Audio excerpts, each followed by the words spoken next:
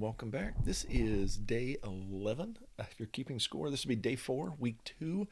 And today we're going to look at a tool that we use on a pretty regular basis, and it is called, let me get that back to there. It is called FileZilla.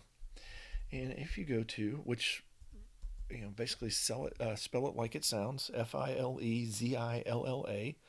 And if you go to FileZilla-project.org, you can see the FileZilla project. It's a free FTP server, or I'm sorry, client. You can get a server as well, but that's only for Windows, and we don't really need it because we're already configured. So we're going to download the client, and it works for what pretty much any operating system you can think of. So go in there, download the client. It's going to be smart enough. It's going to try to pick up your operating system. You can see here it does Windows 32, 64, and Linux as well. And if you go ahead and download it, it's going to ask you which one you want to do. In this case, I'm not sure exactly what it does with Windows, but I'm going to go ahead and I'll just click download. Let's see, that's Pro. If I want to go from the App Store, I can go from there. Otherwise, I'm going to do just the regular one. I like the regular one because I use that all the time. I can take that, and it's going to give you a little installer. It's going to walk through it. Not a whole lot you got to do for that. And now it is ready to go. So it's there. I'm going to go ahead and drop it into my applications. Already got one there. I'm going to go ahead and replace it.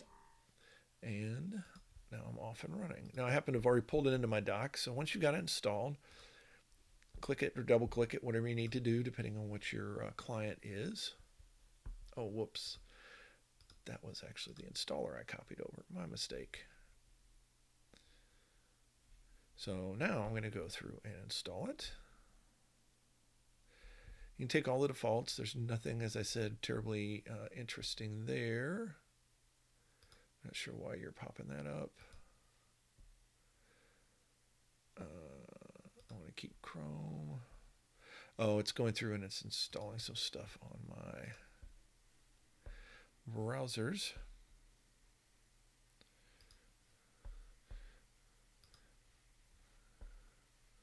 And here we go. So now my application is up. I'm going to go ahead and kill this tab just because. And go back to my FileZilla. And what you will see here is it's starting off, it's just going to come in a folder. So I'm going to go to just my normal little folder here. Over here on the right side is going to be whatever you're connecting to. So we're going to want to create a connection, and we're going to create a new site. I'm going to call this HMB for the tutorial. And then I want to create for the host, I'm going to use my IP address. We always want to use that in this case. So here I'm going to go ahead and pull that guy out.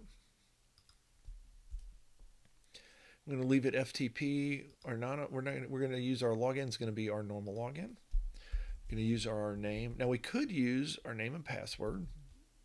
If I do that, and I'm going to go ahead and change the background color just so I can sort of keep track of what site I'm connecting to. And if I do connect, then we're going to see up here, it's going to try to connect to it. And it's going to take it a few moments. Let's see if it times out on me. Let's make sure I've got the right direct. Yep, that's right. IP address. And then what you're going to end up having is this. There we go. Okay, it's not going to be able to initially because you need to go in. Oh, let me stop that. And instead, what I need to do is I'm going to use secure file.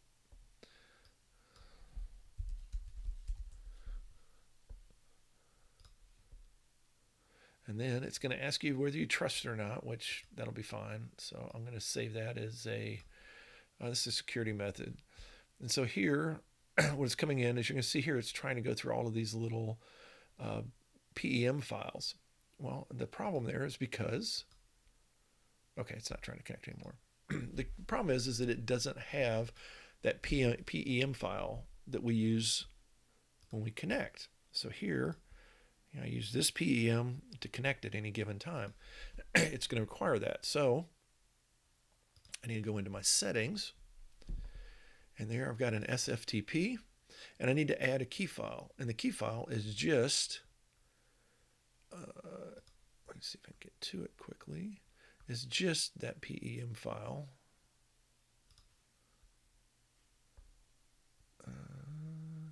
Here we go.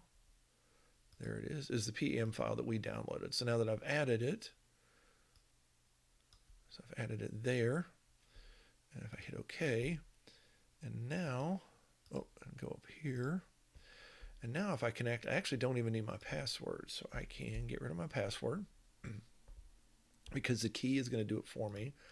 And if I connect, now it goes through and I've connected to my server. So if you remember, we can see out there that I had my scripts folder, I had some stuff in, I had my web folder, and we can see here, oh, and here, if you go follow a link in FileZilla, it's actually going to take you there, and then it's going to sort of forget about the link. So if I go to,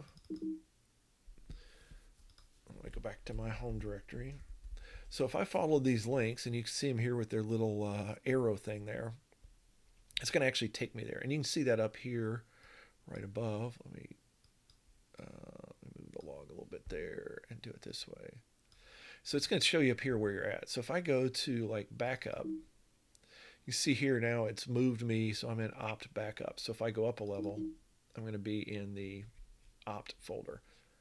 And I can see here that I've got my, here's where my recent backups were. So let me go ahead and take those. I can actually just select those. I'm going to click and then shift click to get all three of them. And I can actually just drag and drop them over here. And we're going to see our little, down here towards the bottom, we see our status, and it just copied all those files. So I can see all the files there. If I want to take a file, let me just pick a random file here. I'm going to do this ssl.tar. I can drag and drop that over, and now I'm going to see that it's over on opt backup. And if I look on my site, if I go to my backup folder, I'm going to see, turn that down so I don't have to hear it banging at us. I'm going to see that I just copied that file over there and it's ready to go. So I can drag and drop my way through it. I can navigate through over here, and it's just a normal file manager browser type thing. So I can see what's at any given level. I can navigate up here. I can navigate down here. If I double click on something, it's going to try to actually show it to me. So if I want to look at like my bash profile, if I double click on it, it's going to bring it locally. See there.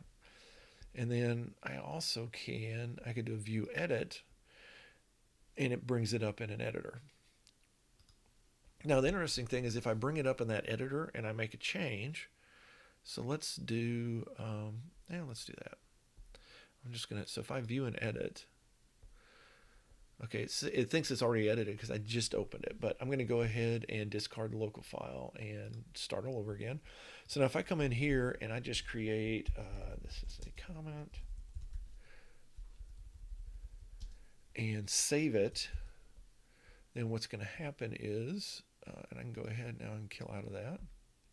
Once I'm done, it's going to say, do you want to go ahead and upload it back to the server? So I can go in and do some editing, and then when I'm done, I do that. So I'm going to finish editing and delete the local file. And now if I look at my .bash profile here,